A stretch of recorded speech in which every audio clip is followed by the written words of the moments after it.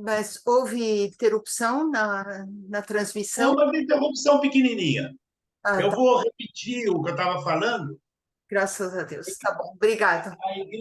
A igreja faz reuniões dos bispos, dos arcebispos Foi e em tudo mais, e Constantino, começa a não, definir professor? as políticas. E aí, claro, isso já entra no tema 2, que nós vamos falar na semana que vem. Mas lá, o que a igreja começa a fazer é, primeiro, distanciar judeus e cristãos. Não deixar eles casarem, não deixar judeu ter servidores cristãos, porque ele pode influenciar, escravos cristãos, porque eles podem influenciar, separar a Páscoa do Pêssar, e tudo isso vai aparecer em concílios da igreja, diversos concílios da igreja. O que a igreja quer, a partir da aproximação do império, é excluir os judeus, mas não pode fazer uma exclusão total. Por quê? Não pode fazer uma exclusão total porque a ideia da religião lícita se mantém. O Império Romano não joga fora a ideia da religião lícita. Tá? Então, vamos ver o que acontece. E esse artigo que eu mandei para o Simão e que está no academia.edu, ele fala sobre isso. A legislação dos imperadores cristãos vai acabar aparecendo no que já a gente conhece como Codex Teodosiano, que um século depois vai virar Codex Justiniano e que entra como direito romano nas faculdades, nas universidades em que há disciplina de direito. É uma disciplina das mais odiadas pelos alunos de direito. É o direito romano. Dentro do direito romano, no Teodosiano e depois no Justiniano, que são de 2 séculos diferentes, um é do quinto, outro é do sexto, tem leis antijudaicas. E qual que é o objetivo delas? Aí vocês vão ter que ter esse foco, porque na semana que vem eu não vou falar disso, mas vocês têm que ter isso na cabeça. Eu vou falar assim brevemente, mas isso vai estar implícito.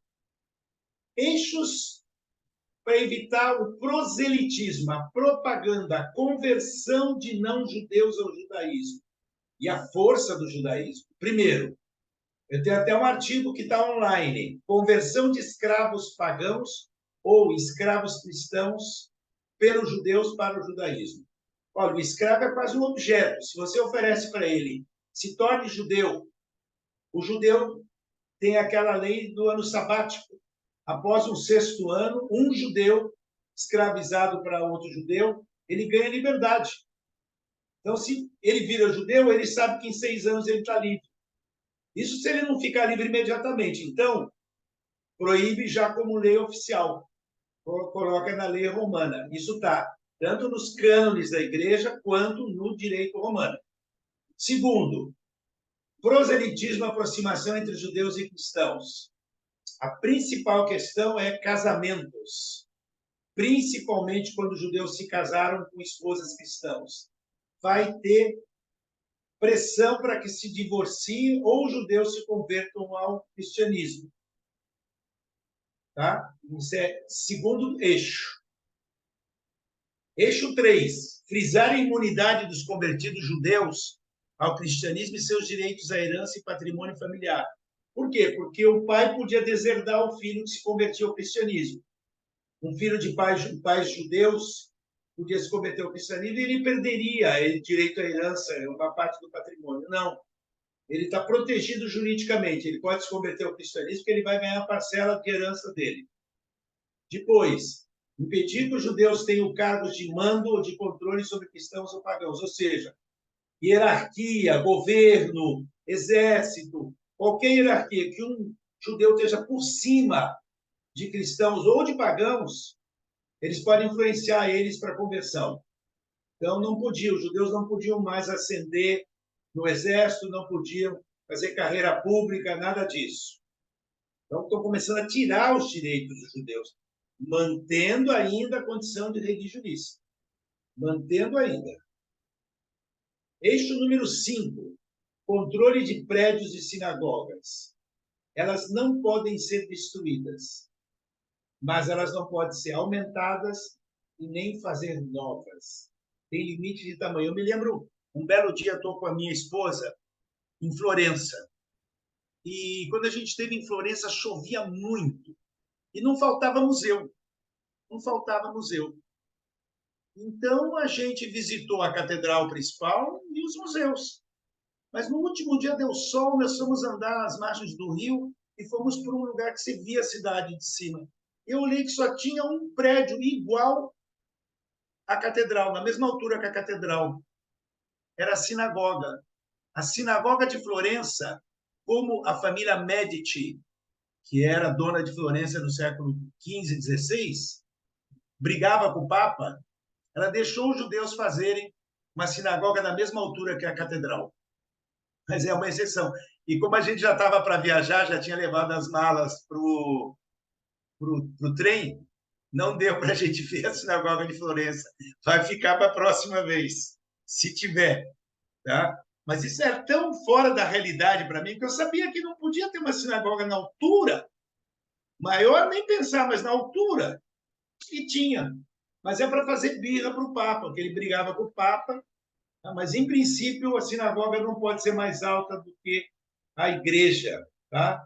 E tem limite de tamanho.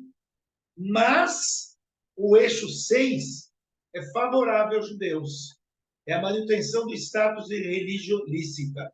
Esse status de religião lícita vai ser uma das explicações das muitas, diversas e amplas explicações para a continuidade dos judeus no mundo cristão, mesmo com direitos reduzidos, diminuídos. E estamos quase acabando. Essas concepções vão gerar um mix de direito canônico, direito religioso, cristão, e direito romano. Esse mix, os papas e os imperadores vão moldar de maneira tal que os que os judeus tinham de direitos no Império Romano, retirados todos esses tópicos aqui, vou voltar, retirado esses eixos todos, esse 1, esse 2, esse 3, esse 4, que é principalmente não crescer e não converter. Tá? Retirados esses, os judeus podem manter os seus direitos, ou seja, eles podem viver no mundo romano e depois no mundo não romano, mas cristão ocidental, dentro de um status quo. O Justiniano, que é o imperador bizantino, ele vai colocar isso também no direito romano oriental, tá? E os povos bárbaros, moldando um pouco, inserem isso nas suas lex, nas suas leis. Nesse ponto, eu paro e, antes de abrir para perguntas, eu quero colocar uma questão para vocês. Deixa eu ver se vocês estão vendo aqui. Não estou vendo se vocês estão vendo. Esse é o livro que eu estou lançando esse ano. Eu comecei a lançar ele em fevereiro desse ano e já fiz várias apresentações. Ele é a base do segundo encontro. Obviamente, os que tiverem interesse, eu mando pelo correio, mas tem um feriado amanhã e eu duvido que ele chegue até a terça-feira. Então, não vou fazer esse tipo de promessa, porque também, se fizer Sedex, vai ser uma fortuna. Tá? Mas eu estou vendendo ele e ele vai enriquecer vocês nesse tema. Mas o foco principal dele é o segundo encontro, que eu vou falar sobre ele. Claro que eu posso fornecer artigos que dariam algumas ideias. Tá? Esse livro vai de Paulo de Tarso até Agostinho de Hipona, ou seja, ele vai do primeiro século, não Jesus, mas eu também analiso aqui coisas que eu falei na aula de hoje. Também analiso na introdução, no começo do livro. Ele é um livro feito para fora da academia. Eu estou cansado da academia, tá? Estou cansado da academia. Eu quero falar com o mundo, tá? E esse livro eu fiz antes dessa onda de antissemitismo, mas ele está muito imbricado na questão do antissemitismo. Apesar de que, nesse livro, eu paro em Agostinho, mas eu vou dar elementos para a compreensão das razões. Claro que no curso eu vou adiante. O curso foi uma encomenda da Muriel e do Simão. Você vê, Simão, você que falou comigo, mas eu digo da Muriel porque eu sei que o poder da mulher está por trás do homem. Ela te controla, não é? Não? Você é boazinha? A minha mulher é brava, ela está do outro lado ali, ela não ouve o que eu estou falando. Tá? Então, eu ofereço esse livro, eu coloco para vocês no final da aula o meu e-mail. O Simão tem meu e-mail também, pode fornecer meu e-mail.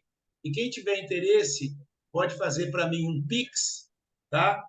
O livro custa R$ 45, mais correio 55. Mas, para ficar redondo, nesse curso, nesse momento, eu vou, o correio incluído, fazer por R$ 50, tá? Quem tiver interesse. Tá? Eu ainda tenho exemplares suficientes em minhas mãos para poder dar para todo mundo que está aqui. Nós temos 22, né? Então, mas se parecer mais gente interessada, eu até uns 25, 30 eu tenho, com certeza. Então, não precisa correr para fazer. O Pix é um e-mail meu também. Eu, no final, eu digito para vocês. Tá? Então, quem se interessar, e se alguém quiser, no final, depois das perguntas, querer combinar alguma coisa, a gente combina. Eu não tenho pressa de sair. Passar para as perguntas.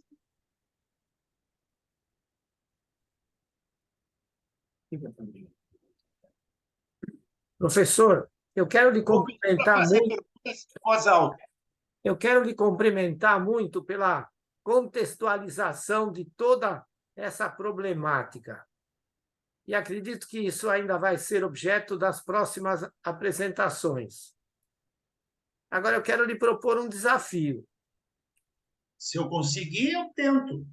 Não. Eventualmente, até no final do curso, a gente pode até abordar essa questão de ter, depois da contextualização e toda a problemática, há alguma solução para esse assunto ou há várias e qual delas é que predomina? Olha, Simão, você está pedindo para mim uma magia. Eu sou apenas um professor. Sou um estudioso. O problema me aflige. E tanto que o meu estudo acadêmico, eu trabalho numa universidade brasileira. Tá? Tirando o meu grande ex-orientador, Nachman Faulber, que trabalhou com o medieval também, mas o Faulber era focado, o primeiro tema dele era franciscanismo. Né? O que o Faber conhece de judaísmo medieval, antigo, o Faber é um erudito de fina cepa. Tá? Mas mesmo ele não se apresentava como estudioso de judaísmo e cristianismo. Eu sou até um pouco ousado, porque eu me apresentei como estudioso disso. Eu vendo o meu currículo, como o foco principal é esse. Eu gosto também de estudos de questões do corpo, né? Sexualidade e corpo, mas é meu segundo tema. Meu primeiro tema é judaico. Se for olhar minha produção, eu tenho 50 artigos publicados em periódicos. Tá? Mais da metade é sobre esse tema. Bem mais. Eu tenho alguns sobre imigração judaica no Brasil, são modestos, são básicos. Educação judaica no Brasil, mas são poucos. Meu foco principal é esse. Eu não tenho o que te dizer, nem agora, nem no final. Eu acho que esclarecimento, difusão da história, fazer esse livro é parte desse projeto.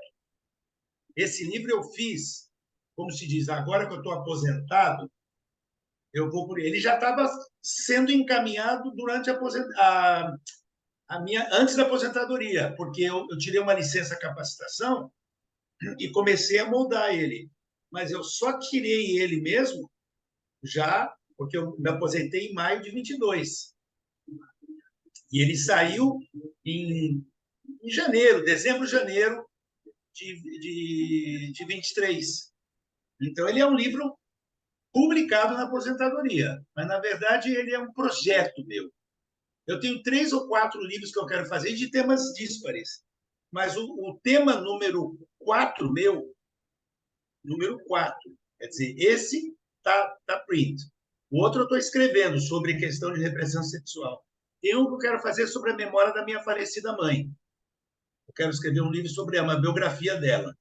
E ele nem é para vender, ele é um livro para colocar de graça na internet para quem se interessar. Meu quarto tema, eu preciso viver ainda alguns anos, porque os livros levam tempo para ser escritos, é escrever sobre os mitos antijudaicos. Ontem, hoje e sempre. Vamos ver. Talvez eu tiro ele lá do lugar número 4 e vire o lugar número 3. Mas, como mãe é mais forte que tudo, vai ser meio difícil. Eu tenho que resolver ainda, porque trocar o lugar da mãe é meio complicado. Botar a mãe para trás e botar mitos, esse ódio todo que há contra nós. Então, isso me instiga. Eu levava para congressos, eu fazia cursos sobre Bíblia também, com uma visão modernérrima, daquele do Finkelstein e Silberman, bem moderna, mas eu fiz muito sobre antijudaísmo, sobre cristãos judeus, em vários estados do Brasil. Acabei de ir para um encontro no Maranhão. Eu tenho uma amiga lá que me adora e eu adoro ela. Assim, é um casal de amigos, que é amigo do casal daqui. Né? A gente se encontrou em Paris, os 2 casais. E que ela falou, eu quero que você venha aqui lançar teu livro. Eu falei, mas só que eu não tenho, eu estou sem grana, eu não vou dar conta, eu tenho neto no Pará, eu tenho neto no Sul. Não, eu te consigo. Vai ser a única... No fim, ela arrumou passagem para mais uns 2. Ela fez questão que eu viesse lançar o livro e fizesse um mini curso, um pacotinho sobre o tema. Quer dizer, se eu tivesse mais amigos assim, mas, enfim, eu já lancei esse livro na Universidade do ABC, eu já lancei esse livro em São Paulo, no ASA, tá? No ASA, pode falar o ASA é suspeito. No ASA, porque eu dei aula no Scholem e alguns alunos meus no Scholem me chamaram para lançar. Mas assim, porque eu estava em São Paulo, eu fui para um casamento. O ASA é o Scholem Aleichem, mas os Roiteiden. Tá? Eu lancei ele online. Eu lancei ele... onde mais? Sim, em Belo Horizonte, a convite do Instituto Histórico Israelita Mineiro, tudo isso presencial. E os online, alguns diversos. Eles estão no meu YouTube, e se alguém tiver interesse... Aliás, vocês estão gravando para botar no YouTube, né? Com certeza. Sim. E eu quero uma cópia também para pôr no meu, hein? Isso a gente não combinou no tratativa, mas já está implícito. Certamente. Outra vez vocês me passaram, vocês vão me passar essa vez também. Com certeza. Mas, Simeão, vou te deixar sem uma resposta, porque isso é um grande enigma da minha vida. Educação, esclarecimento é fundamental, mas o ódio é milenar. O ódio é milenar. É longa duração. Tá? E eu sou a favor de diálogo, sou a favor de aproximação, sou a favor de paz no Oriente Médio, sou a favor de se aproximar das pessoas de boa vontade. Só que está difícil. Não quero arrefecer. Alguém levantou a mão. Gabriel Antônio. Posso passar a palavra para ele, Simão? Por favor, por favor. Gabriel, abre o microfone. Boa noite, professor Sérgio Feldman, tudo bom? É um prazer revê-lo, né? A última palestra que o senhor deu aqui nesse grupo pelo Zoom da Sinagoga Israelita do Brás, o senhor falou, dissertou um pouco a respeito da questão do sionismo, e como que isso vai impactar, impactou na formação do Estado de Israel. Eu tenho algumas lembranças dessa ocasião que o senhor esteve aqui. Bom. Muito bom. A minha pergunta é que o senhor, no início, o senhor começou fazendo uma provocação a respeito das diferenças entre antissemitismo e antijudaísmo, né, em que pese alguns estudiosos do tema acreditam que não há diferença entre as duas e outros acreditam que sim, especificamente quando nós vamos olhar a questão da datação, né? O senhor trouxe ali o ano de 1879, quando a palavra antissemitismo ela vai aparecer pela primeira vez. A minha pergunta é, a gente poderia dizer que a principal diferença entre o antissemitismo e o antijudaísmo talvez seria a carga e, ao mesmo tempo, o sentido biológico que o antissemitismo ele vai adquirir no século XIX, sobretudo no contexto das questões relacionadas a estudos de raça, de superioridade racial e teorias raciais, a gente poderia dizer que o antissemitismo ele tem esse diferencial em relação ao antijudaísmo por conta disso? Gabriel, você vai dar o quarto encontro, você vai dar por mim, porque você está dando spoiler. Eu falo respeitosamente, porque eu sempre gosto que eu tenha alunos inteligentes Uhum. que percebem, mas eu não posso só jogar confete, eu preciso dizer, você está dando spoiler, porque eu falei para o Simão que eu estava querendo mudar a proposta inicial e empacotar um tema do meio para poder ter mais tempo para falar sobre esse tema. Tá? Tal a importância dele, porque, na verdade, ele que é a base do que vai acontecer no século XX. Entendeu? Então, Gabriel, concordo, mas fecho a boca, porque você já deu spoiler, eu vou ficar quieto. Mas eu acho que você vai vir no quarto encontro mesmo se eu te disser que você deu spoiler. Você não vai deixar de vir, não, né? Imagina, de forma alguma, eu vou Eu quero acompanhar ter os todos. alunos, eu quero ter todos os alunos. Eu falei para ele, eu estou contente que tem um grupo legal e tudo, com vários que já estão pela segunda vez me ouvindo, mas não quero perder nenhum. Obrigado pela pergunta inteligente. Imagina, eu que agradeço, professor Sérgio. Quem mais? Professor, O Igor, o Igor pede a palavra. Por favor, Igor, abre o microfone. Professor, boa noite a todos. Eu gostaria de saber, o senhor está me ouvindo bem? Tô. Legal. Se nesses estudos que o senhor fez, se passou pela parte de compreender por que tanto o império e depois a religião, né, instituída pela Igreja Católica, manteve, com qual interesse, o status de religio lícita, né, do judaísmo, mesmo com tanto cerceamento, né, que são essas condições dos eixos que o senhor colocou. Chegou a passar qual seria o interesse em manter o judaísmo uma religião lícita? Bom, olha só, hein? Pois vamos falar que judeu é comerciante. A resposta está aqui, Ah, legal. tá? Mas eu diria para você, não vou te deixar sem resposta. Eu já deixei o Gabriel sem, mas você não vou deixar sem. Vai ter uma convergência de dois olhares, mas eu vou falar no segundo encontro disso. E eu falo também isso no livro. Vai haver convergência de uma tradição romana. Os romanos eram profundamente legalistas. Tá? Os romanos eram profundamente legalistas. Eles sabiam que para manter um Estado forte, eles precisavam legislar. Houve muitas brigas sociais em Roma, entre patrícios e plebeus, bem antes do cristianismo. Tipo no 300 a.C., 400 a.C., tinha brigas. E aí eles criaram leis. E essas leis deram uma estabilidade para a República Romana, que ajudou, entre outras muitas coisas, Roma a sair pela conquista do mundo. Roma não saiu para a conquista do mundo só em função dessas leis, mas essas leis deram uma estabilidade. Estabilidade é uma boa condição inicial para outras coisas acontecerem. E o cristianismo tinha uma questão de herança da revelação. A herança da revelação, teoricamente, era dos judeus. Abraão era judeu. Moisés era judeu. Davi era judeu. Então, temos um problema Quer dizer, como é que a revelação passa para o lado cristão? E isso eu vou tentar responder no segundo encontro. Mas há uma mútua, dois lados convergindo para a ideia de que não se pode acabar com os judeus.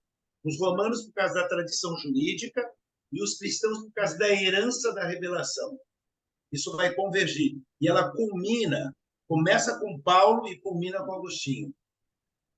Eu passei 16 anos aqui numa universidade pública, tendo do meu lado um dos maiores especialistas em história romana do Brasil.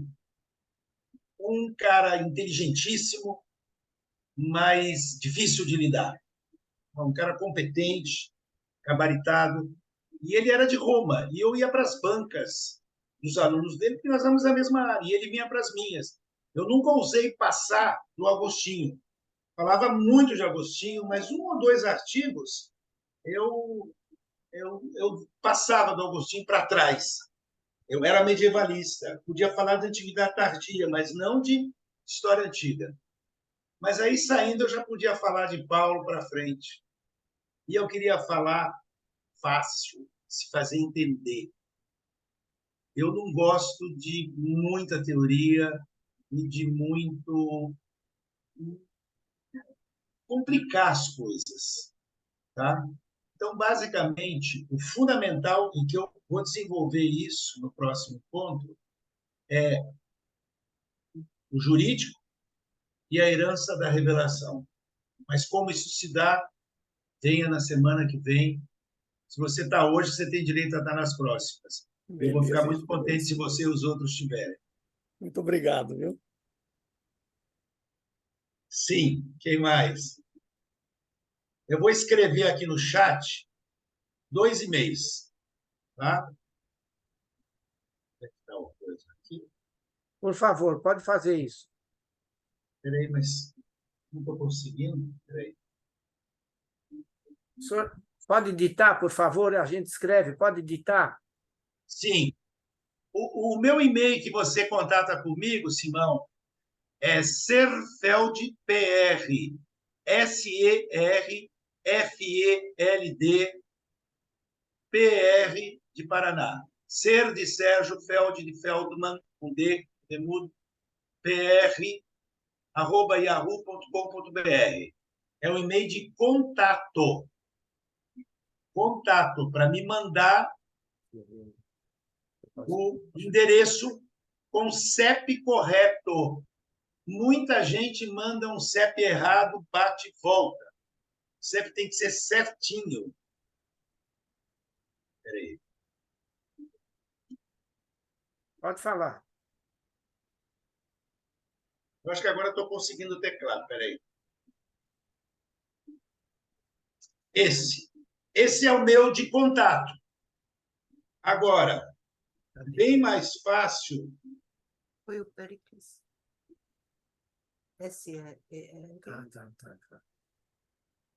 O doutor Pérez está colocando. Ah, não, só que tem um erro aqui nesse. O F está maiúsculo, é minúscula. feldmansergio@gmail é meu Pix, mas é minúscula o Feldman. Vou bater de novo, não sei, ele me botou. Não está maiúsculo. Ele mandou mais um. Sério?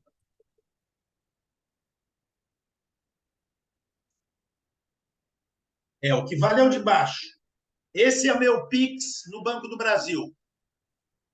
Tá? Então, pode me mandar já no feriado, que eu já preparo envelopes, tá? Já preparo envelopes e quinta-feira de manhã eu vou mandar. Mas não tenho esperança que chegue antes da terça. Não, eu sei porque eu tenho experiência. Eu já mandei pelo correio 200 livros. Tá? A editora acho que não vendeu nem 20, mas eu já vendi 250.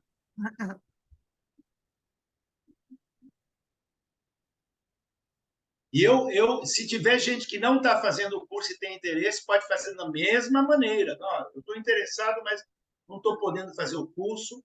Vocês podem difundir. Por enquanto, eu tenho exemplares. Eu não vou pedir mais exemplares da editora.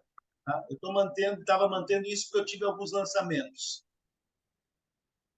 Eu tinha um lançamento previsto no Museu do Holocausto, em Curitiba, mas furou devido à guerra no Oriente Médio. As atividades presenciais foram meio controladas. Claro, ninguém quer se expor.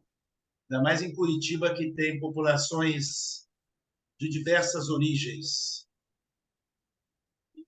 Mais perguntas? Não, professor, hoje nós vamos ficar por aqui. Eu quero agradecer muito a excelente palestra, a excelente aula que o senhor nos ministrou e estamos ansiosos pela segunda, terceira, quarta para completar a programação. Muito obrigado. Quero Uma agradecer. dúvida. O link para entrar é o mesmo na semana que vem? Não, senhor. Não, Não, senhor. não. Cada... Mas Então, por favor, me mande pelo menos até 7:45, Muriel. não, pode deixar, hoje eu vi.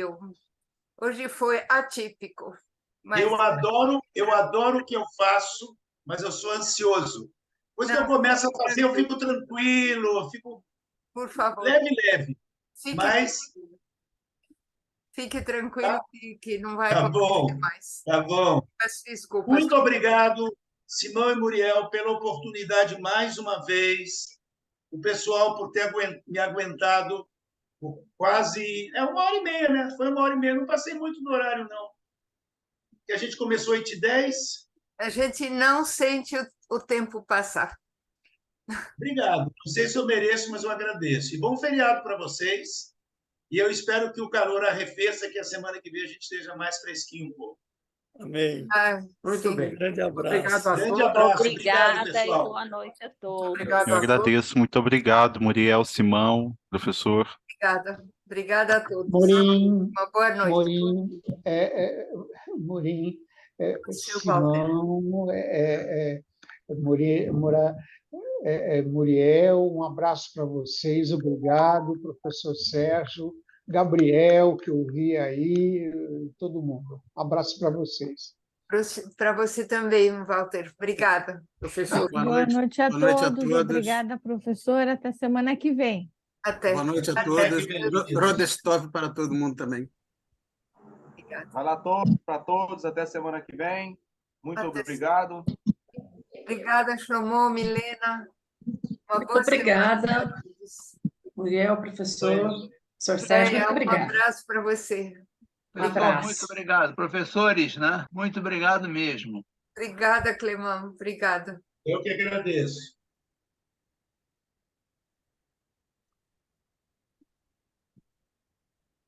Eu vou então fechar a sala. Uma boa Tá. noite a todos. Grande abraço. Igualmente. Obrigada.